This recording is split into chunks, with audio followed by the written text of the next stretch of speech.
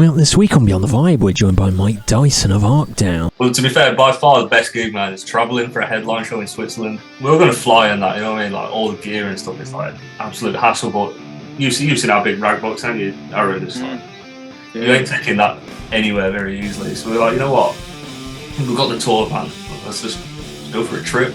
We do a method of, well, we call it a Riff Dump.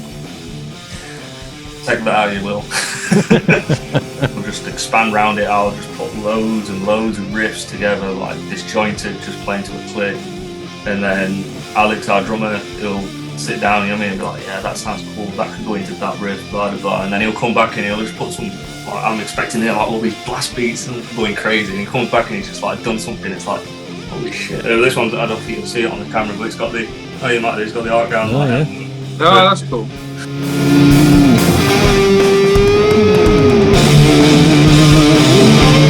Welcome to Beyond the Vibe, the show that cuts deep into the world of music. My name is Aaron Day. Do not be concerned. I've not turned into a lamp. No. I'm currently in my own residences, and I'm lead guitarist of UK band These Wicked Rivers. But who am I with? I am with music videographer and photographer. It's Mr. Ryan Basic. It is, of course. You thought I wasn't going to do my intro then, didn't you? But I turned it around. Bang! Bang! Yes. The wall. Now, Mr. Basic, we have a little bit of a heavier edge this week, don't we? I know. It's kind of the first band of this particular genre that we're doing, aren't we? Yeah, he's obviously Mr. Mike Dyson of the band Arkdown, and Mike kind of, put it himself that it's easy to pigeonhole bands like this into sort of, sort of deathcore, sort of, metalcore thing, and I think and he kind of describes them as more just a sort of a modern sort of death metal band. But yeah, it's a new audience for us. If you're joining the vibe for the first time, make sure you like the video, subscribe. I think the closest we've probably had to the heavy side is Mr. Shaw, isn't it? Cradle of Filth. Yes. It's been a while since we've done a kind of a band that's gone more towards the metal direction, that kind of death metal direction. Just fancied it, didn't we? We thought we're closing in on the end of season 2. We're getting nearer, and we thought, well, we have to have that kind of death metal flavour in there. Got to tip the hat, haven't we? What do you like with the heavier bands, Mr. Basic? Because I've found that as I get older, I can enjoy it and respect it, but I don't tend to find my time listening to it. Whereas in my mid-teens, I kind of started to fall into it a little bit. Yeah, in my teens, I was more towards that, your Triviums, kind of even earlier Bullet for My Valentine kind of stuff, where it's a little bit more towards that direction. But I've never gone full death metal. It's. I mean, as he describes, it's intense. I think I always remember my dad telling me the first time he put Metallica Master of Puppets on the record player, and he had to turn it off because it scared him. You know what I mean? So it scared him because they'd never heard anything that heavy before. Yeah. You know what I mean? So it's interesting to see that evolution to obviously where we are now with bands like Arkdown and stuff. And I think there's definitely I love the way that in the interview Mike talks about the groove elements. Now it brings through a little bit of inspiration maybe from more the classic rock side, which obviously are sort of typical with Slash, and I do think when you take a step out and then go in with fresh ears to these metal bands, you hear their classic rock influences, and the blues. I know it sounds daft, but there's still that groove, and it's still ingrained very much.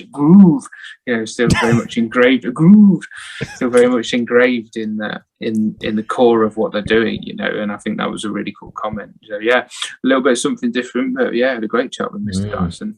Yes, and you can hear all about that now. We are joined by the wonderful Mr. Mike Dyson, lead guitarist of Arkdown. Thanks for joining us, Mike.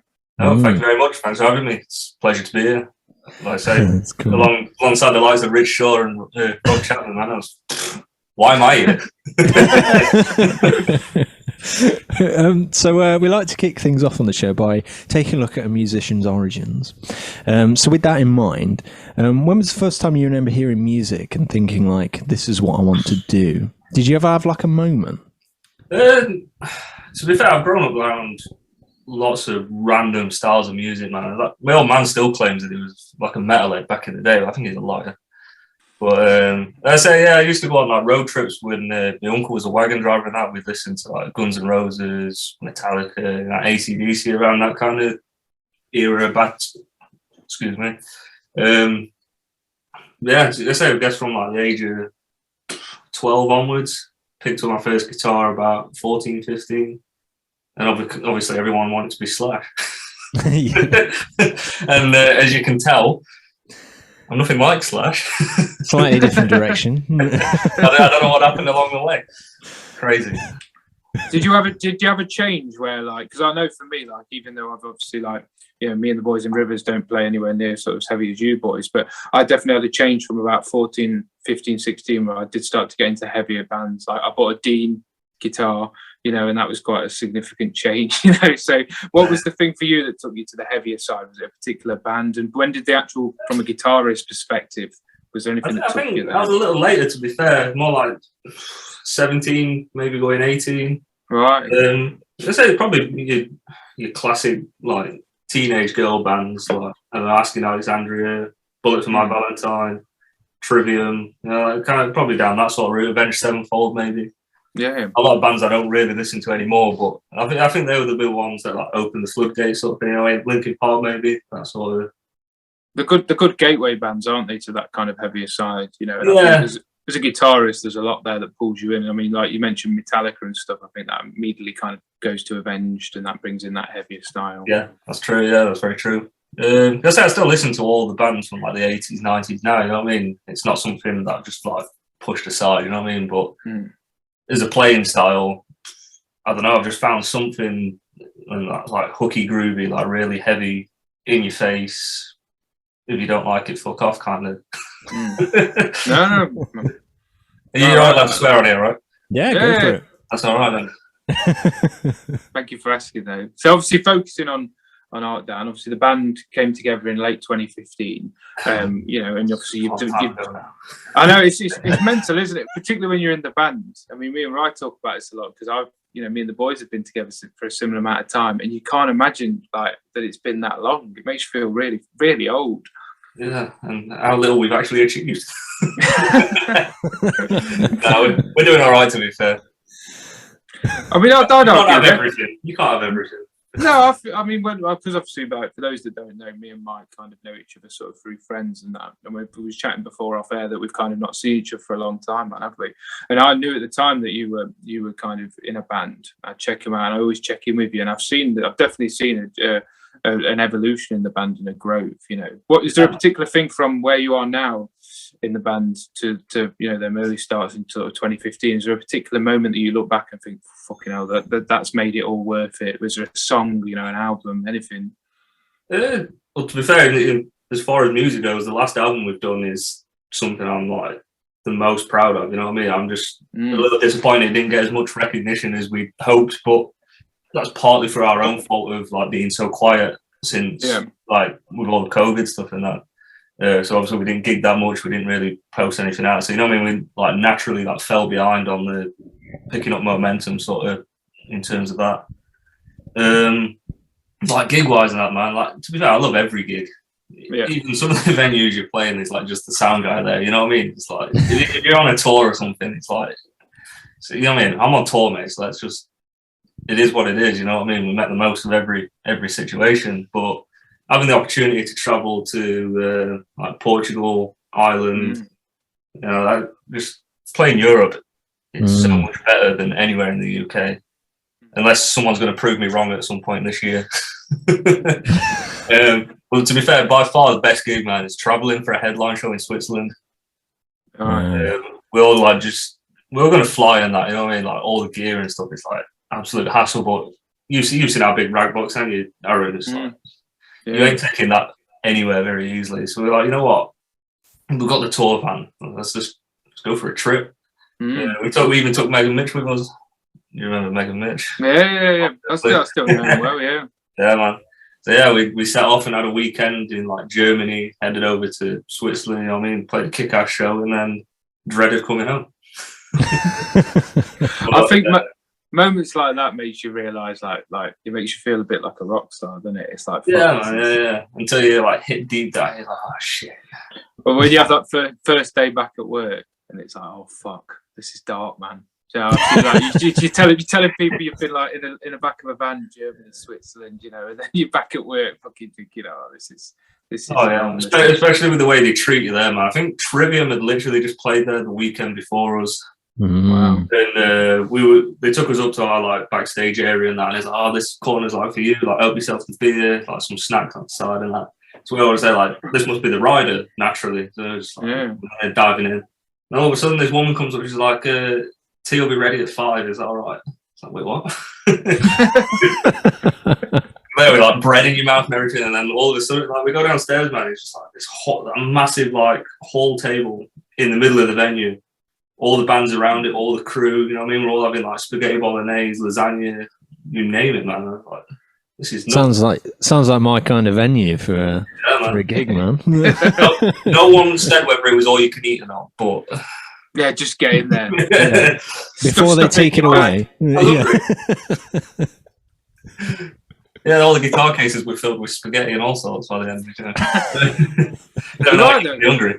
UK venues, if there's any promoters watching, you know, take note, because I think it is something where, like, by the end of a tour, I'm so sick of fucking sandwiches and Red Stripe. Like, honestly, I never, and I don't really like lager, and I'm a vegetarian. So I'm fucked for most of the tour. Sandwiches are no good for you, then, aren't they? That's what I mean. What am I going to do? A can of Red Stripe and ham sandwich, apart from cry alone.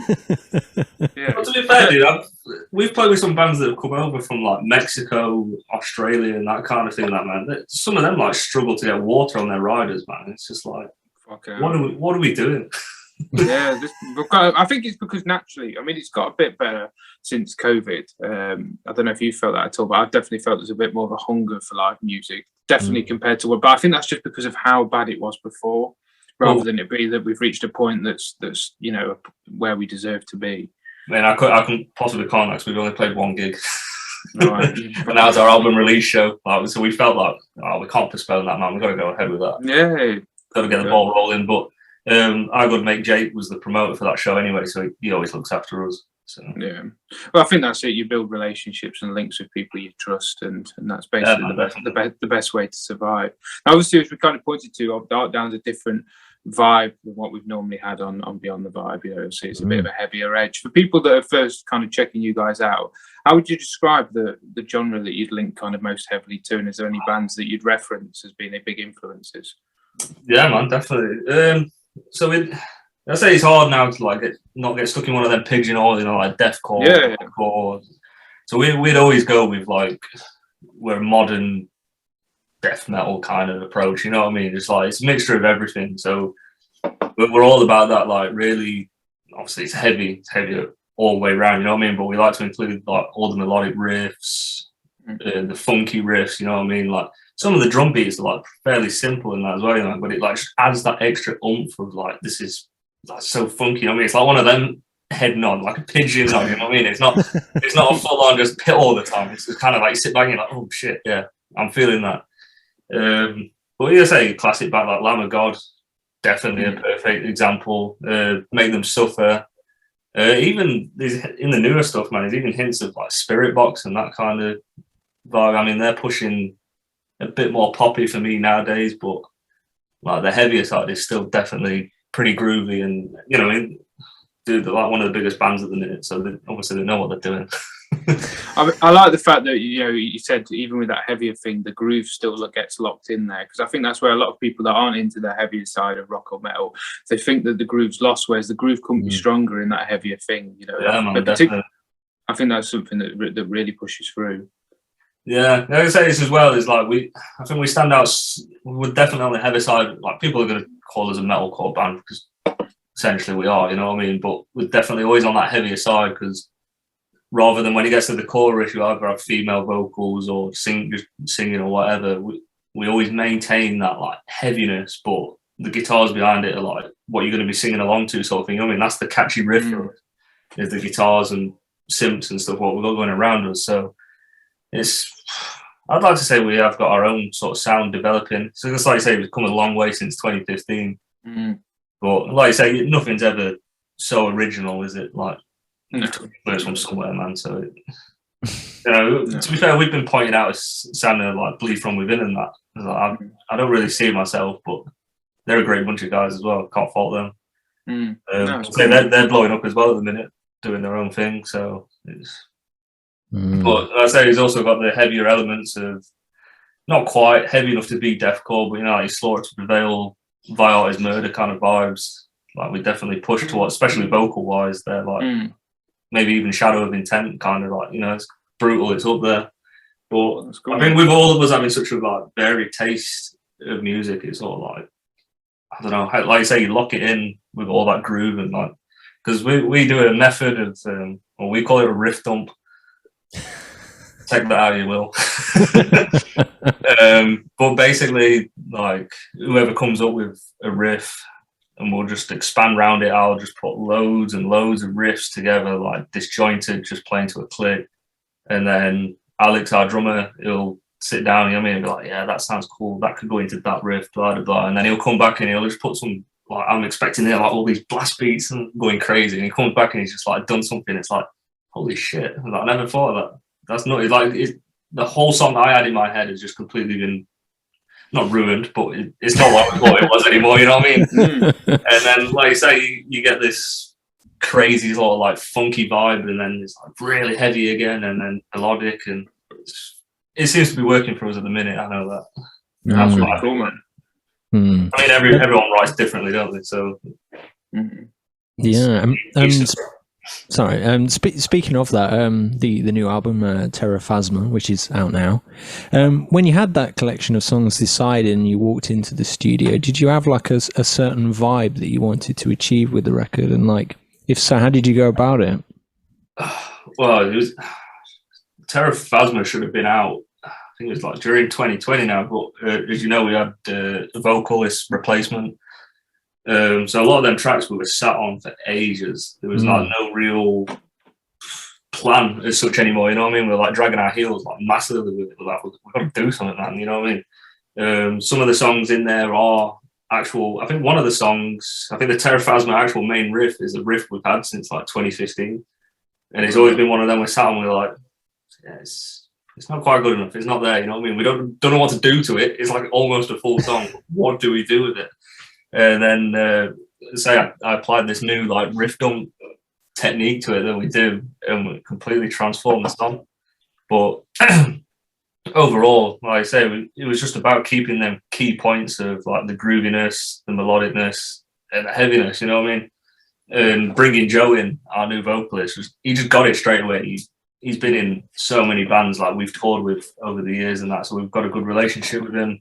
And I've always felt like he's been in all these bands he's been in great, but they're all slightly, like they're heavy, but they're going off in a slightly different, like some of them are a bit techier, some of them, you know what I mean? But this project for him was just like so natural, you know what I mean? Comes out, he's like smashed all the lyrics in like 2 weeks. Comes around here and starts recording vocals. I'm like, shit. Like, again, like the song did turn on its head, you know what I mean? I was just like, mate, this sounds nuts.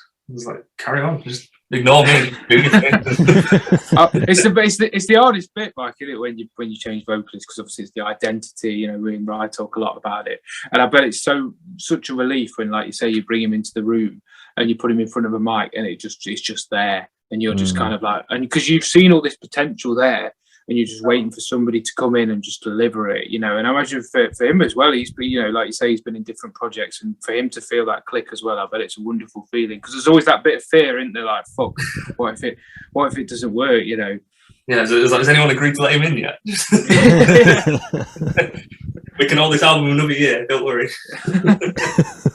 Nah, like I say, it helps that we've known him for years. We had plenty of vocalists like show interest in that, you know what I mean? But it's not always about someone who's got like the best screens, you know what I mean?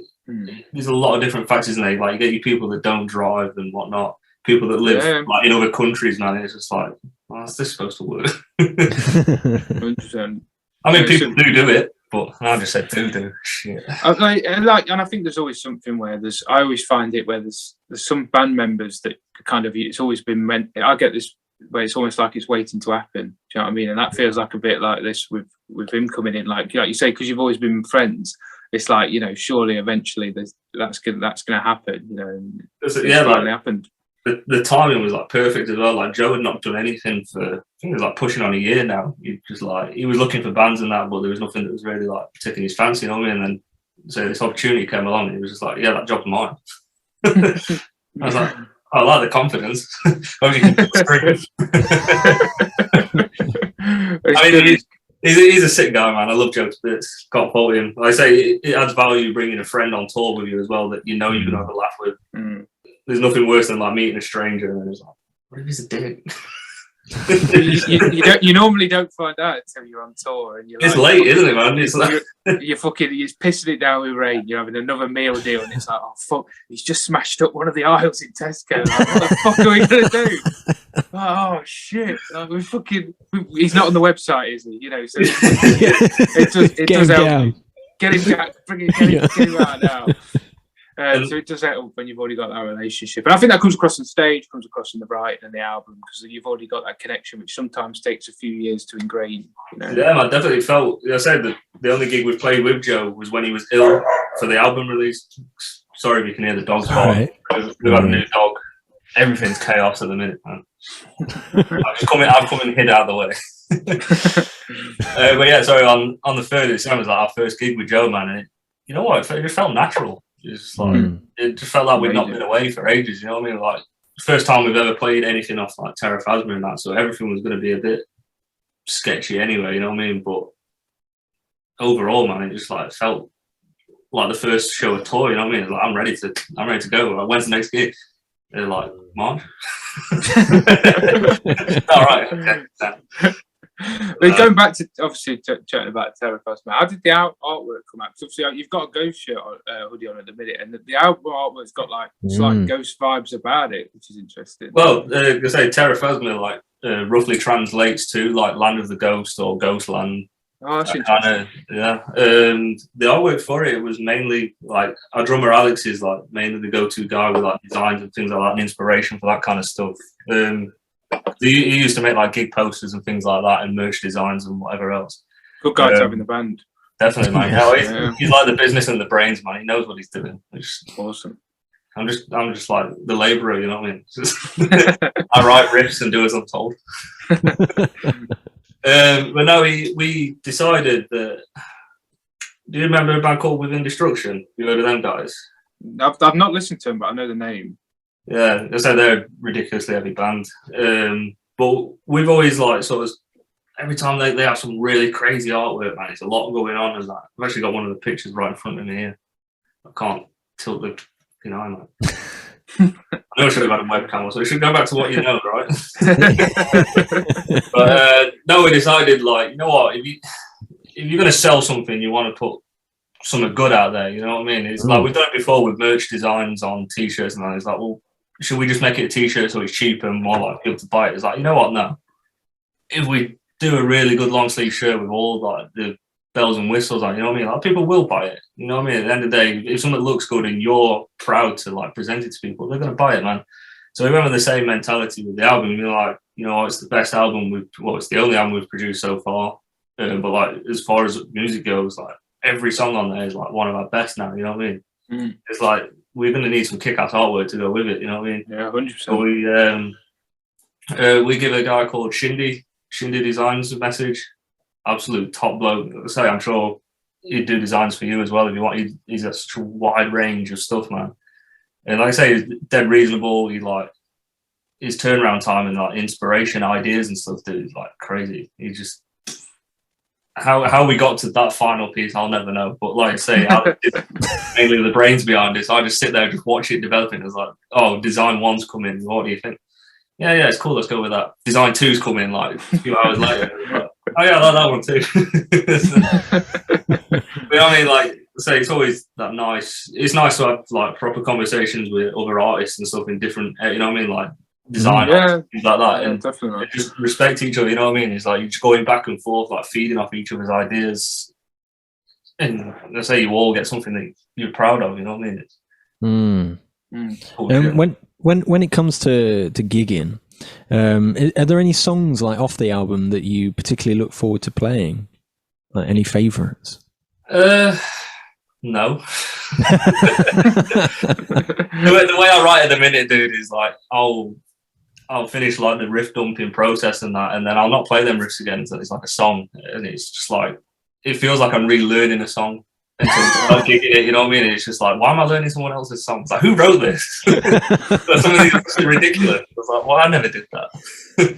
But no, to be fair, like only having one gig with Terra Phasma, like the practices we did for it, I was loving playing like Badlands, Made a Misery riff.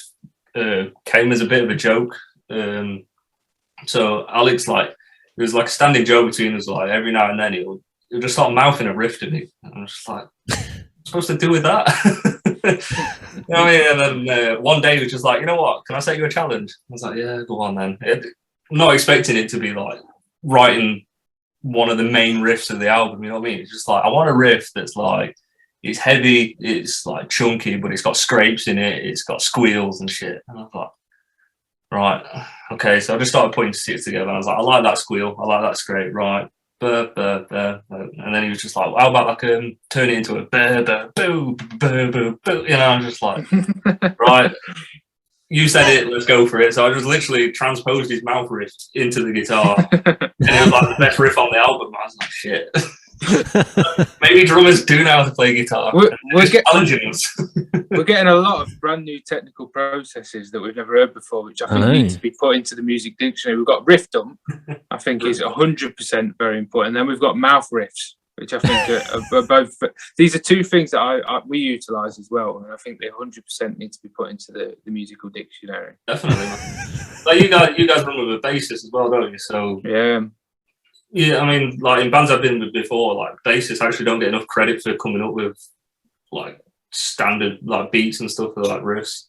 Even though it doesn't sound like much on bass, like in metal bands, like because mainly it's like the heavy undertones into it. But like I said, there's a lot of bassists that don't get enough credit for coming up with like the main riffs and stuff. But a lot of the time, because they're locked into the groove, I found that that's where a lot of the groove-based riffs, because obviously that just sounds better on bass in general. Definitely, because it's normally a lot simpler and focused more on just that groove. You know, I think, like, because I think as guitarists, because we're constantly kind of trying to challenge ourselves, we end up making things a lot more complicated than what they need to be. Whereas if somebody's just mouthing you a sound and you've got to try and transpose that, I think that makes you think differently about what you're trying to achieve. You know, I mean, to be fair, I think that reflects in the album as well, because like there's some bits in there, dude, that are just like, why did I write that? I'm clearly playing above my means here. Like, why would I write that? And then you're quite a technical player as well, man. Like, I'm all right if I forget something, I can just pentatonic the shit out of it. Whereas you're fucking a whole other land. I miss that kind of approach, man. I've not managed to find a formula yet where if I'm forgetting a solo or something live, it's like how far can I go in, like, just winging it? Like, it's not going to sound anything like it did, but, you know what I mean? Like, as far as scales go, you can sort of, like, piece something together, but I'd end up losing it, man, because I just go from, like, one place to another, just following what I think sounds good rather than what necessarily... So, I mean, like, I've not sat down and wrote a solo, like, saying, all right, the starting position would be, like, this scale or anything like that. I just go with, like, how I'm feeling. Sort of best way, man. So like I say, I like to do what's right for the song at the minute. Like I say, I've took that from Ghost actually, because every like I don't know if it's like a immature sort of mentality of like when someone says solo, it's just like you got to play as fast as you can, get all like the sweep in, all the taps. You know what I mean? Every solo is like the same but reversed maybe. But no, like I say, like after listening to Ghost and that, man, it's like some of the solos they write, dude, just like. It's just another section of the song, you know what I mean? And it's like no one's trying to stand out and be like the crazy guitar god guy. It's just like it works. Well, I think some of my favourite solos and they're normally the least complicated ones because I can remember them and I can sing them. You know, I'm a big Queen fan. You know, obviously be like further away, but it's probably inspired a lot of the bands that became bands. And Brian May, you know, I think he used to sing melodies before he'd whack them down. You know, and I think that's something I'm just. Yeah, mouth riff. Brian May started the mouth riff. It's quite possible. You need to get him on here. You need to ask him. We'll patent it before Brian gets in there. You know, we'll patent the fuck out of it. You know, Brian HD, no idea. In terms of your lifestyle, Mike, what's the vibe? Because obviously we joked beforehand. Obviously, I'm a bit of a pedal nerd. You know, most people know that about me. Are you now in sort of Kemperland? Where are you at in terms of your live rig? I'm on a Line 6 Helix at the minute, dude. No, man. Yeah. I don't know why I thought you was a Kemper boy. I'd always had that in my head. You know what? I would have been if somebody didn't talk me out of it. I was in the shop actually trying like the Axe Effects, the Helix, the Kempers, and whatnot. And you know what? The simplest one, and actually at the time the cheapest, was the Helix. Mate, it did everything I needed to do. It's like we're not a complex band in terms of like tones. Like, you know what I mean? We have like a rhythm, a lead, possibly a clean every now and then. But I mean, that's it. I know you like these amps and that you can use them to like change the settings of every song. You can like set them out like a structure, can't you? And have like a verse tone, a chorus tone. I was like, man, that's too complex. I was like, we just need one 30 riff tone, the same tone with a bit of delay and reverb on it, and then the clean tone because I ran out of patch space. Because it like the Helix, have you seen the Helix screen? It's basically set up. You've got a pedal board on the floor in front of you, you know what I mean? So I had to keep it simple, but like I say, we don't use pedals or anything anymore. It's all ran through the laptop. So because we play to a click track, right, I'm quite happy to just trust it to do its thing, you know what I mean? Like, I say, going back to that riffing Made of Misery, like with the dead stops in it, you can't get that any cleaner if you're not using like a Helix or something, because we actually physically have it. Like, it doesn't even keep up on the display. So you can program in like your patch swaps, and we go from like the rhythm tone to silence, and it goes like that quick. The display's trying to catch up like what's been happening, but it's already doing. You know what I mean? It's flawless, mate. It's like that's mad. It's crazy, and I'd never go back after like experiencing it. But I'm sure you can do it with the Kempers and that as well. Literally, the only thing that swayed me for the Helix was you could do it over USB. It's MIDI by a USB rather than having. I think Kemper have their own special cable. Probably need some different software on your computer or whatever. Yeah. But, So I think it's all built in. And to be fair, I think a lot of it's about what you feel serves what you, like you say, what you're trying to achieve, you know, in the easiest way. I think a lot of them, why people are pulled to the Line 6 and the Kemper stuff, you know, is because it's reliable. And like you say, for what you boys are trying to do, you need that thing where you know it's going to deliver what you need at that point, you know, whereas my pedal board with fucking 14 pedals on it, I can turn up to a gig. If one of them doesn't work, I'm fucked, you know, so it's a completely different thing. It's a different vibe though. I appreciate bands that are still doing shit like that, but like I say, like metal for me is like coming. It's not like it's like when I go to like a rock gig or something now, I'm expecting like the Guns N' Roses sort of show, you know what I mean? There's like they're putting on, it's like it's a different kind of show, you know what I mean? I go to a metal show, like so your type of gigs, I'm expecting a bit of improvisation and that kind of like natural how you perceive each gig, you know what I mean? Every gig's different. Whereas I go to metal gigs now and I feel like the general approach is like we want to see it tight. It needs to be how it sounds on the record, you know what I mean? I just feel like that's like the two different things that are going on in them worlds, you know what I mean? Yeah, 100%. It's whatever works for you, essentially, like you said. No, like, I wouldn't feel comfortable with that amount of pedals on stage anymore. I'd be tripping over and all sorts of shit. It's a real nice sense of freedom just walking around the stage with not care in the world to like, oh shit, I need to run back and stick the delay on or something, you know what I mean? No, that's it, and I can appreciate that. You know, I mean, I'm even on about maybe getting a wireless for the first time. You know, and that's hard for me. You know, just going to that level. You know, that's give it 10 years. Like, you never know, that might be. I might be in that world. You know, I'd give you one bit of advice with wirelesses, mate. Like, don't stinge out on money, dude. Like, I think you pay for what you get in terms of wirelesses. Like, we've gone through so many. Like, we were thinking like 150 quid, like, you know, good range for it. It's not. Right. I say I'm on a Shaw. I think they're like a GLDX or something like that. That was like 300 or 400 quid, man. But it's never ever let me down. You know what I mean? Yeah. I still people like Line 6s and that. Like the G30s we used to run on them, mate. Every night, I'm sure I could hear me coming out someone else's amp at one point. Just like, shit. Fucking hell. Like I say, you pay for what you get in terms of that. Definitely, it's just one of the RGD ones, man. Like, both pretty cool, to be fair. Okay, I love the finish on it. They both got bare knuckles in them. No, this one's got DiMarzio Fusion Edge. I think they only come with. I don't think you can buy them separately. I think they just come in. They like just come in a select few like Ibanez guitars. But the two I play with now have got bare knuckles in. We got this one. Yeah, it's my ESP. I can't get rid of it, to be fair, man. I love it. No matter how many other guitars I play, I'll always revert back to the ESP. This one's, I don't think you'll see it on the camera, but it's got the, you might do, it's got the Arkdown. Oh, yeah. Oh, that's cool. Yeah, man. Now we like to kind of throw some weird questions at artists. So hypothetically, for Arkdown's next album, you've got a gun to your head. You've been told that you've got to make another album, but it has to be another genre. What would that genre be? You've got like complete creative control. You could sack everybody and bring in somebody else. Well, that's a dangerous move, isn't it? You know what? I've always said I'd love to be in like the Guns N' Roses style, AC/DC, like classic 80s kind of style band, man. I say even like pushing on These Wicked Rivers kind of fucking. I think it's just that live mentality of anything goes almost. You know what I mean? It's like every show's different. I say, do you play to a click, Aaron, or? No, man. No. We. I mean, so everything's literally natural and organic with you guys. Like, you've got to genuinely be a good band. but it's weird you mentioned that, because it'd probably be the same with me. You know, I think I'd want to challenge myself to being like a Testament style sort of band. You know what I mean? Because I'm a big Testament fan, and I think it requires a different. I think that the trouble is they both require different types of, not musicians, but I don't know, mentalities, and I think it's hard to lock into one when you're so used to locking into the other.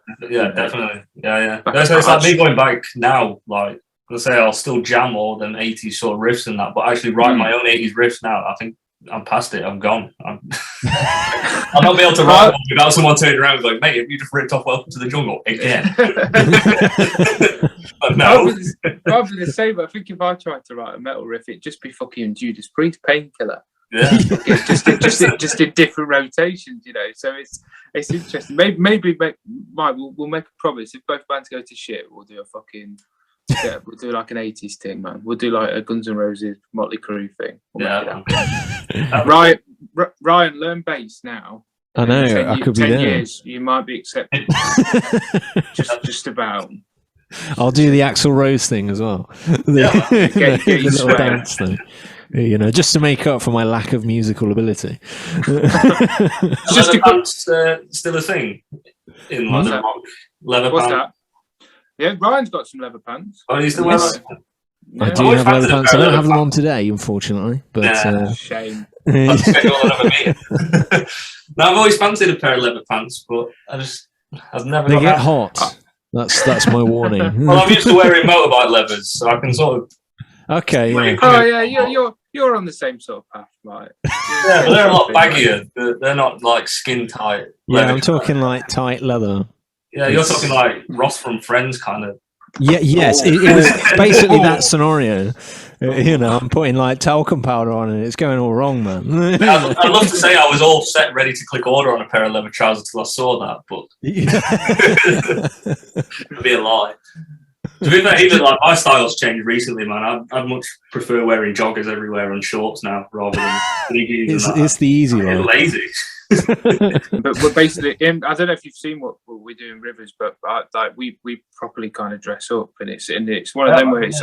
I quite like that personally for me, because it's nice to go into that different character. You know, it makes me feel like I'm good going into that to deliver something that's a different persona in many ways. You know, and well, that's the same mentality as Slipknot, right? That's the masks and that, man. Yeah.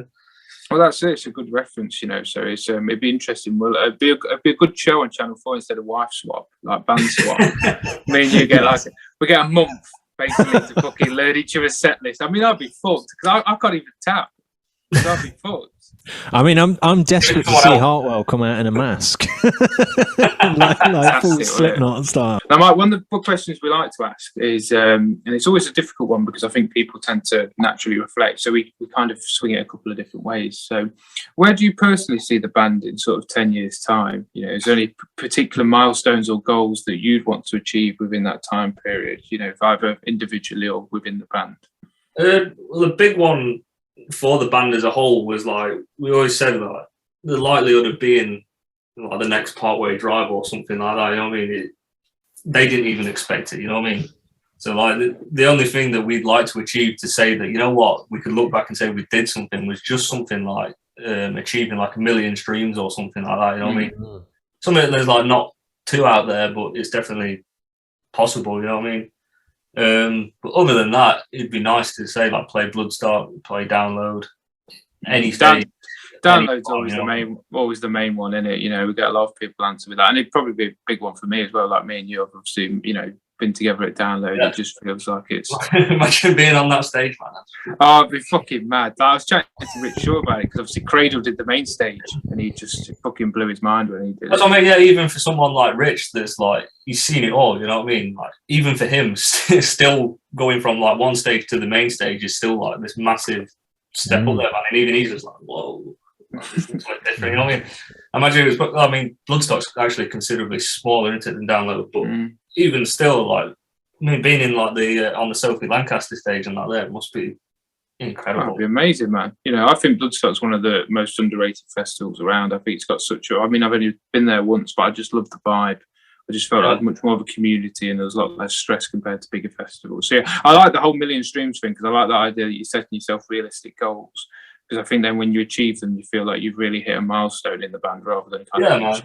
We don't really expect anything. So, you know what I mean? It's like we could sit there for like months now, just like trying to pester people to like get on record labels or management labels. You know what I mean? But it's like what you're sacrificing in order to achieve something. So they're probably not going to be interested because we've just sacked everything else off. We're not worth anything. You know what I mean? I think if you're just naturally doing what you do best, you know, you're out there, you're gigging. Like I say, Alex is very business minded, so we're always got like a generation of income coming, like with merch and streams and shit like that. You know what I mean? Awesome. So, like, you know, we're just really fortunate just to have a band that's like now self-sustaining. You know what I mean? Like we're not really putting that much money into it anymore or anything like that. We don't take a cut, but you know what I mean? Fuel's paid for on tours. Riders have been, you know what I mean? We're getting riders. We're being fed if we really need to eat somewhere. It's the simple things that like bands take for granted, really. Still progress, man. Because I think when you look back, like we said earlier, when we was chatting to like 2015, when you first starting out, that stuff feels like it's a million miles away, and I think it's easy to take that for granted. Definitely, man. Yeah, you still get bands now that are obviously struggling, and they reach out to other bands and say, "Oh, can you get me on this show or something like that?" And I was like, "Mate, we learned the hard way. It doesn't work like that." No, you've got to graft. Yeah, it's like you could know anyone in the band, and it's not as simple as just, "Oh yeah, we'll put you on." unless you put the show on yourself, you know what I mean? Yeah. But 9 times out of 10, if you're touring and you've got all these different promoters and possibly a tour manager or whatever, it's definitely not as clear cut as people like to think. No, 100%. Man. You always learn the hard way, man. You learn from your mistakes and that. You know? And if you don't, then well, you, I suppose. And what about for people who want to come and see the band? What shows have you got lined up? Like you said, you had obviously the album release show, and then you've had to wait a bit of time until you get on stage again. I told you not to ask this question. I warned him, right? Whilst, you warned me, and I still didn't prepare. Trust me, the best unprepared face I've ever seen was when we did John Hartwell. Obviously. Oh yeah, my lead singer. Yeah, the way he was reading it, he was like, in February we're going to see. Oh man, this is where Aaron's actually sat there interviewing him, but he's got a whole list just off screen here. Going, yeah, that one. Disgrace on he listens to the podcast and he's my lead singer, and he doesn't know what pissing shows are playing. Disgrace. Okay, all right, it happens. What shows you've got coming up, brother? So I think we're pretty quiet through February now, because we have started writing. I think we're going to go for an EP again this time. Possibly put them out as singles and then collect as an EP sort of thing. They say gigs are fairly scattered at the minute because I say everything's still sort of dead unpredictable. But we've got I think we've got one show in Sheffield in March with Harbingers. You heard of those guys? We played with them before. They're pretty cool guys. Cool. And then we just got other shows around. I think Knots is one. I think we've got a few in Scotland that way. I think Newcastle might be on there as well, pushing more towards like June.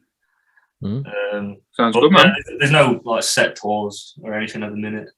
Like I said, we wanted to this early, like first quarter of the year, try and have another record ready to like get out there. You know what I mean? Like, we learned the hard way, man. Is like if you leave it too long, like trying to pick up momentum on like Spotify and that. It's like starting from scratch. Yeah. Now, one question that we like to kind of end the show on. It's a bit of a hypothetical one. If you could tour with one band from the past and one band from the present, who would they be? It's going to be a really weird lineup. This is. Oh yeah, we've had lots of wacky lineups. Yeah, don't worry about it. We've had some fucking right weird ones. You know what? I'd have to say the only reason I picked up a guitar is because of Slash, man. So I'd say definitely the original Guns N' Roses lineup. Even though, to be fair, mate, I listened to live videos of Guns N' Roses back in the day, and I still think they sounded shit. But as far as like record going, that man, like Appetite for Destruction, and that is like still up there. With everything, man. Yeah, everything. Like as a studio band, like absolutely amazing. But I don't even understand. Like, it must be the drugs. It's got to be the drugs. Listen to Slash with Miles Kennedy now, and he's on point. You put him back in Guns N' Roses, and it's just like. He's had about 30 years to practice, hasn't he? 30, 45 years, yeah. So he's got to be good now. I mean, fucking hell. Not necessarily. Mate, if I didn't play off of my songs for 30 years, I'd be like, I can't play these anymore. Just scrap it. It's not happening. But a band, present band. No, I think it'd have to be Slipknot, man, because Slipknot are just fucking Slipknot, aren't they? Like one of the biggest bands out there. Like, let's do it. But yeah. there's loads of other bands I'd love to call with or just play one gig with. Like I said, like Partway Drive would definitely be up there. We were fortunate enough to play with Make Them Suffer, which was really cool. Did that a few years back in Manchester. To be fair, I'd even jump on a show with like Spirit Box or something like that, because like I say, in a minute they're just like killing the game. They've gone in a slight different direction, but they're killing it, man. And then say just your general love about like Alpha Wolf, By Eyes Murder. No, I'll gig with anyone. I think anyone who wants to put a gig on, I'll be there. I like the thing with Slipknot, because like you say, it's one of them where it's similar to GNR, where I think just to have that experience of sharing the stage, sharing the backstage area, do you know what I mean, and just feeling that energy of being with a band that you've watched, live so many times. I think it'd be unmissable, wouldn't it? Yeah, I mean, it's fucking crazy, man. I like the show, man. Would be nuts. The show that Slipknot brings is just like unlike anything else. But to be fair, like even Partway Drive are doing it. Like those recent shows, like just blowing up massive, man. And like I say, it's just something you want to be a part of. You know what I mean? It's just like either in the crowd or on the stage, like mind blowing. 100%, man. So we've got Arkdown, then we've got Slipknot, and then we've got Guns N' Roses. So it's solid. No. You've got Guns N' Roses. You're going to do the other one. You've demoted them. Little Axl Rose coming on like that, and he's like, he's been downgraded.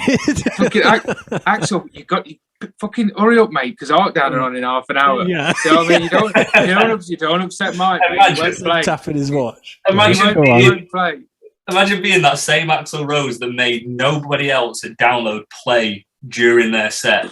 To be the opening band for one of the smallest bands in Sheffield. I think it'd do some good. I think it would give him, it'd open his eyes a little bit. Possibly a bit late on in his career, but I think he needs to hear it. Somebody at some point should have sat Axl down, and I think that's the time. This is now the opportunity. The three of us can make this happen. We can bring him down a little bit. You know what? Let me ring work. I ain't coming in. Yeah. We're going to try our hardest.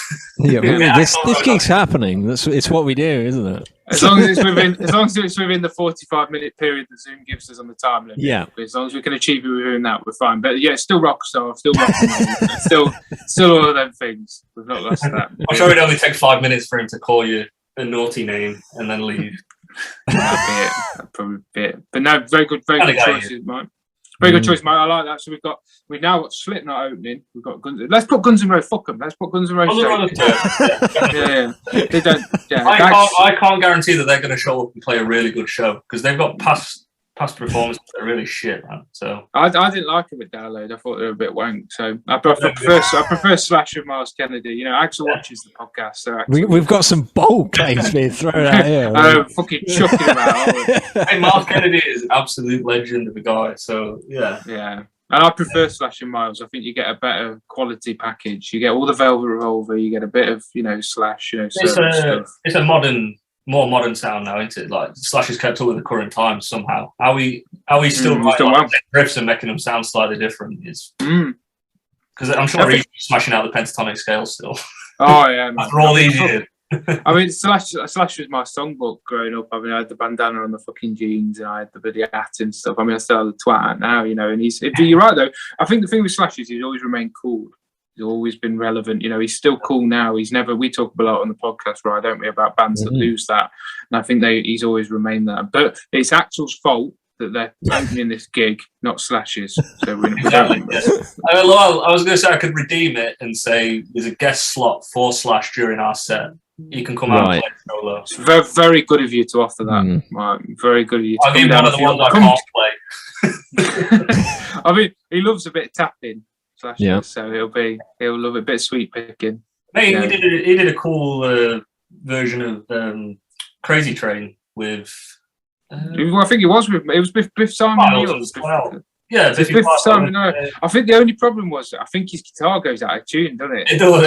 Yeah. How he like transposes like all the tapping sort of style though to like it was almost like a chicken pick kind of. It's quite cool. He puts his own sound on it, man, and it really works. So there's definitely a YouTube kind of series waiting where you take Slash's style and play like Arkdown tunes with it. I think I'd be interested in hearing that. Well, mate, you know what? Some of the groovier style riffs, like Rocket Queen kind of. Funky kind of art that does sort of slightly work its way into my like thought patterns of riff dumping. So it's just something I can't get away from. I'd like to put more on the corner, like the bluesy style bends and stuff in some of the solos, but I feel like you get to a point it's like sounds a bit cheesy and metal now. That's the problem, isn't it? When you try and cross them over, it does fall into that cheesy metal realm, which is a shame. But I think you've definitely brought that groove to it, like you say, the Rocket Queen kind of vibe, and I think that retains a little bit of that classic Rafferty influence in there, which is still cool. Yes, I mean, like everyone will listen to it and pick out where they think it's coming from anyway, you know what I mean? So you'd never escape someone saying you sounded like whoever, but it's like funnily enough, like Children of Bodom are like a very big influence on me, and I've had to try my hardest from being like 15 years old, sort of, or maybe a bit later on, but trying to stay away from just incorporating Alexi Leo's riffs as my own. I've been in bands before that literally just like now I listen back to them and I was like, we just blatantly ripped off Children of Bodom. How did we get away with that? That's crazy. It's hard, man. Cause I think you naturally end up on autopilot. No, I do the same thing. You like you say, you have to pull yourself back a bit. Mike, it's been an absolute pleasure to have you on the vibe. For those that haven't checked out Arkdown, what are you doing? You obviously check them out on Facebook, YouTube, Club Penguin, Tinder, all the usual places. And obviously, it's your debut album, isn't it, Mike? Terra Phasma. Yeah. If you can count 7 tracks as an album, I mean, Spotify do. Yeah. We're happy. That's an album. Yeah, 100%, man. I think an album, as long as you're above sort of 6 tracks, I think you go. So yeah, make sure people check that out. Give the band some love and make it down to one of the shows they do this year. I can't wait to hear some new material, man. Because like you say, I think you definitely feel that Terra Phasma was the next evolution of the band, and it's just about. It's always interesting to see where the next steps lead you. So like I say, it incorporates all them new sounds we all love. So looking forward to producing the shit, man. Awesome, man. Thanks ever so much for your time, brother. Thank you very much. Cheers, guys.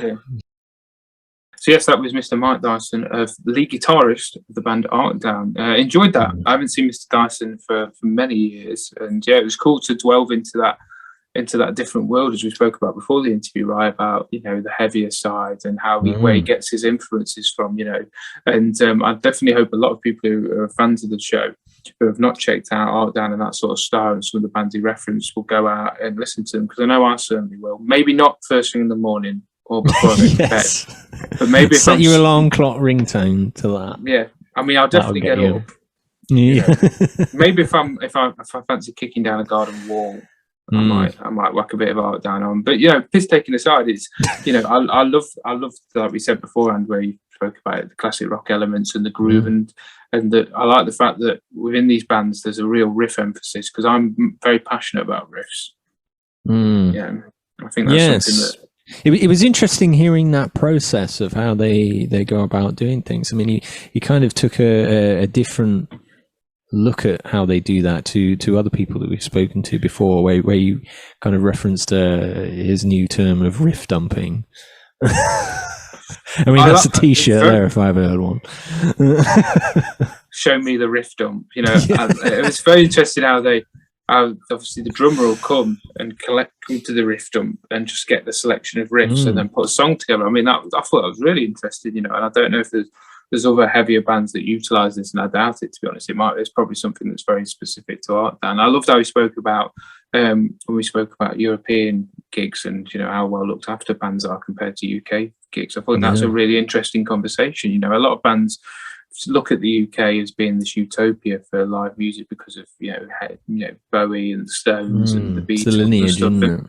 Yeah, I don't think we serve that, you know, in this country for whatever reason. You know, maybe it's because shows are just hard to put on. People don't come out. Maybe collectively, the bands, the fans, and the promoters need to do something about it. You know, maybe so. But yes, that is it for this week on Beyond the Vibe.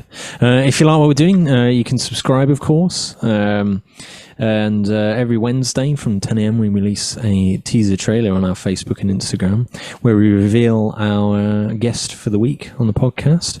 And if you want to see that episode, that comes out on a Saturday from 10 a.m. as well. And if that isn't enough, yes, we also do things like our gear show, Beyond the Gear, where we go out and about and we meet various musicians to talk about their gear.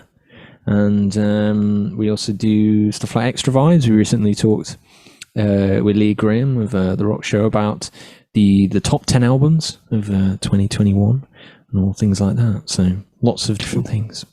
We do indeed. And if you're watching now and it's the first time you've watched Beyond the Vibe, let us know what you've enjoyed about this episode. Let us know any new things that you'd like us to do, any people you'd like us to interview. You know, we're building a really cool community around the Vibe. We love all of you. We want to just keep that growing. As well, let us know any bands that you think are heavier that we don't know about. You know, me and Ryan are basically 50-year-old men. We're 50-year-old men that are willing to learn and grow, you know, our ears. And any bands that you'd suggest we'd be into, you know, feel free to pop them in the comments, and we'll see you next week.